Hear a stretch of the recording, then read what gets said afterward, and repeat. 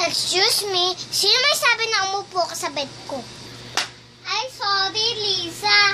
Sa side na lang ako uupo.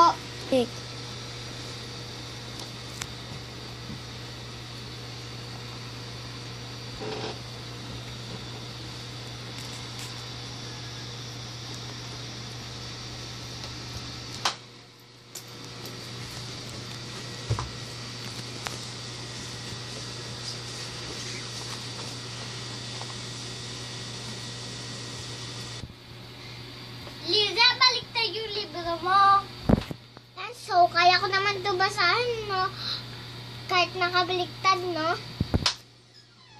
Once upon a time, there was a princess who lived in the castle. Ano? Napahiya ka, no?